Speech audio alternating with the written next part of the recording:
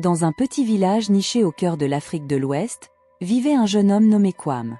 Il était connu pour être le fils du chef du village, un garçon fier et parfois arrogant. Kwame pensait que rien ni personne ne pouvait l'impressionner, car il avait tout ce qu'il désirait.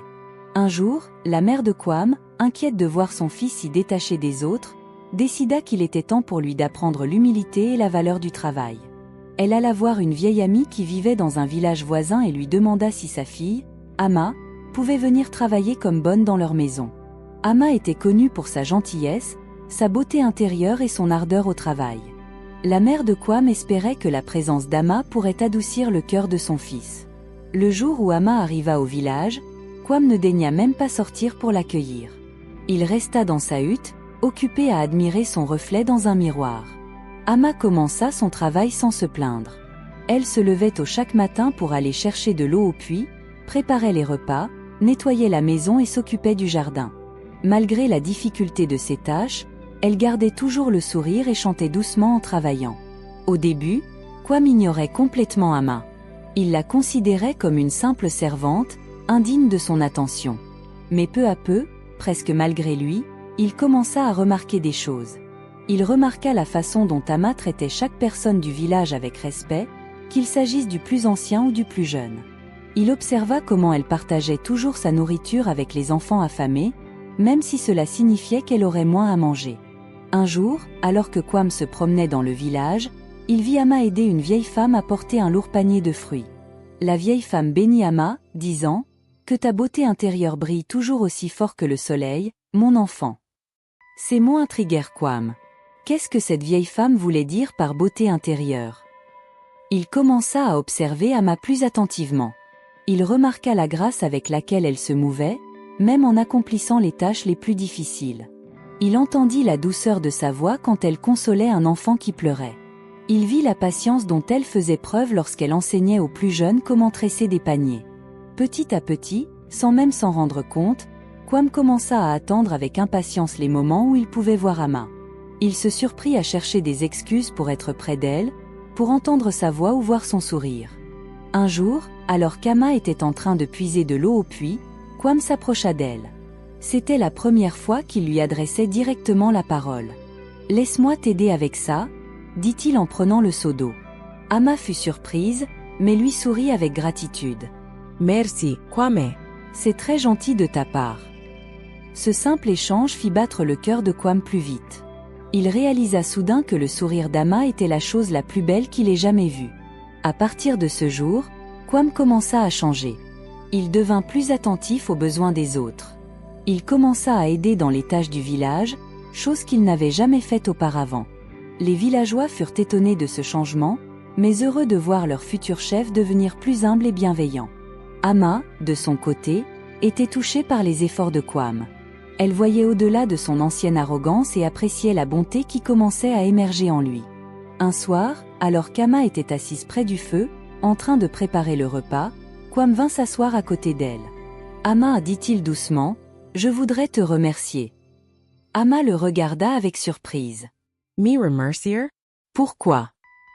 Kwame prit une profonde inspiration. « Pour m'avoir ouvert les yeux.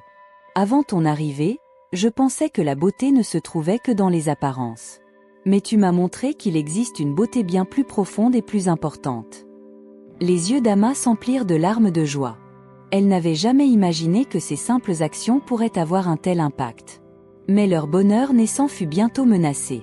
Un riche marchand du village voisin, ayant entendu parler de la beauté et de la bonté d'Ama, vint demander sa main en mariage.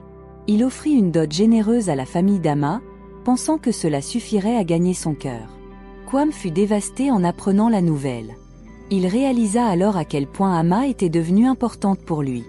Mais comment pouvait-il rivaliser avec un homme riche qui pouvait offrir à Ama une vie de confort? Ama, cependant, n'était pas intéressée par les richesses du marchand. Elle aimait sa vie simple au village et le travail qu'elle faisait. Et plus important encore, elle avait développé des sentiments profonds pour Kwame. Le jour où Ama devait donner sa réponse au marchand, tout le village se rassembla. Le père d'Ama, impressionné par la richesse du marchand, encourageait sa fille à accepter l'offre. Mais avant qu'Ama ne puisse parler, Kwame s'avança.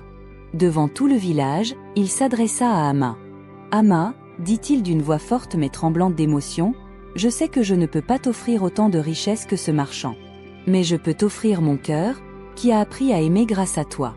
Tu m'as montré ce qu'est la vraie beauté, celle qui vient de l'intérieur. Si tu acceptes, je promets de passer le reste de ma vie à essayer d'être aussi bon et beau à l'intérieur que toi. Un murmure parcourut la foule. Jamais ils n'avaient entendu leur futur chef parler avec autant d'humilité et d'amour. Amma, les larmes aux yeux, s'avança vers Kwam. Elle prit ses mains dans les siennes et dit « Kwam, la plus grande richesse qu'on puisse avoir est un cœur pur et aimant. Et c'est ce que tu m'offres. J'accepte ton amour avec joie. » Le village explosa en cris de joie et en applaudissements. Même le marchand, touché par la scène, s'inclina respectueusement devant le couple et leur souhaita tout le bonheur du monde. Dans les jours qui suivirent, Kwam et Amma travaillèrent côte à côte pour préparer leur mariage. Kwam insista pour participer à toutes les tâches, même les plus humbles. Il voulait montrer à Amma et au village entier qu'il avait vraiment changé. Le jour du mariage arriva enfin. Le village entier se para de ses plus beaux atours. Des guirlandes de fleurs décoraient chaque hutte, et l'air était rempli de la musique des tambours et des chants de joie. Amma, vêtue d'une robe traditionnelle aux couleurs vives, était radieuse. Mais ce qui la rendait vraiment belle, c'était le bonheur qui illuminait son visage. Kwam, à ses côtés, ne pouvait détacher ses yeux d'elle. Pendant la cérémonie, le vieux sage du village bénit le couple en disant « Que votre amour soit comme un baobab, profondément enraciné et capable de résister à toutes les tempêtes. Et que la beauté que vous voyez l'un dans l'autre ne cesse jamais de grandir. » Après le mariage, Kwam et Amma continuèrent à travailler dur pour le bien du village. Ensemble, ils introduisirent de nouvelles idées pour améliorer la vie de tous. Ils creusèrent un nouveau puits pour que l'eau soit plus accessible, organisèrent des cours pour que tous les enfants puissent apprendre à lire et à écrire, et lancèrent un projet de jardin communautaire pour que personne ne manque de nourriture.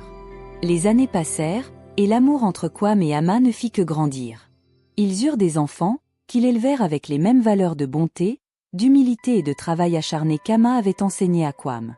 Quand Kwam devint finalement chef du village, tout le monde savait que c'était grâce à Amma qu'il était devenu un leader si aimé et respecté. Ensemble, ils guidèrent le village vers une ère de prospérité et d'harmonie. Et chaque soir, alors que le soleil se couchait sur le village, on pouvait voir Kwam et Amma assis ensemble devant leur hutte, main dans la main. Kwam regardait toujours Amma avec le même émerveillement que le jour où il avait vraiment vu sa beauté intérieure pour la première fois. Car il avait appris la plus importante des leçons. La vraie beauté, celle qui conquiert les cœurs et change les vies, vient de l'intérieur. Et cette beauté-là, comme l'amour qu'il portait à Amma, ne fanerait jamais. Imagina, Kwam et Amma âgés, assis devant leur hutte au coucher du soleil, se regardant avec amour, entourés de leurs petits-enfants qui écoutent leur histoire. Ainsi se termine l'histoire de Kwam et Amma, un conte qui nous rappelle que la vraie beauté réside dans nos actions et dans notre cœur, et que l'amour a le pouvoir de transformer même les âmes les plus orgueilleuses.